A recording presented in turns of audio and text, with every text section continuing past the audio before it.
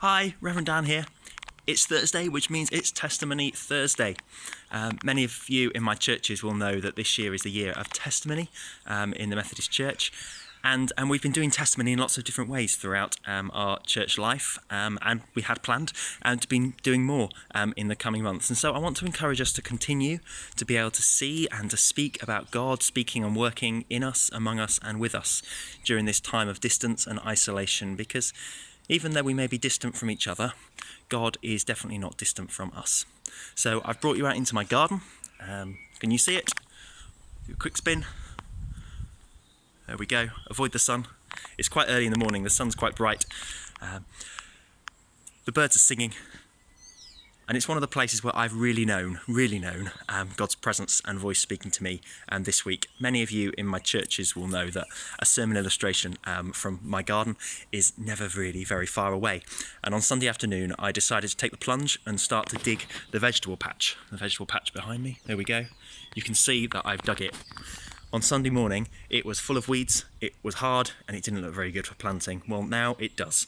You know, I've turned it fork by fork, pulled the weeds out. My back was killing by Monday morning, but it's ready to start planting, ready to show life and goodness.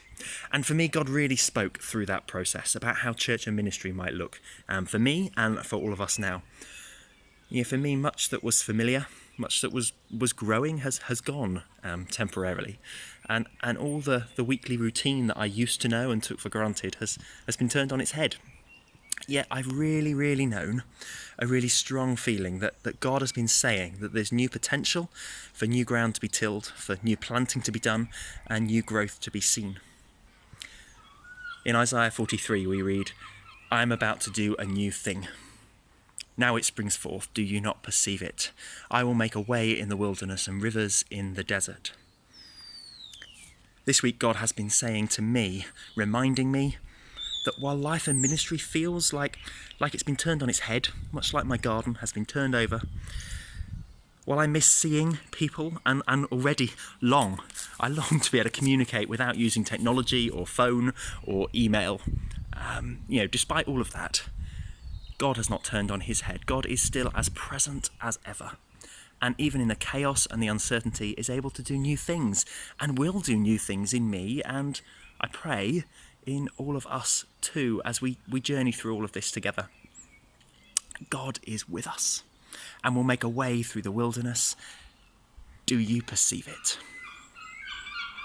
So that's one of the ways God has been in my week. What about you? Head to my blog and use the comments section at the bottom of the page to share your stories of God with us, in us, and among us. In peace and hope. God bless.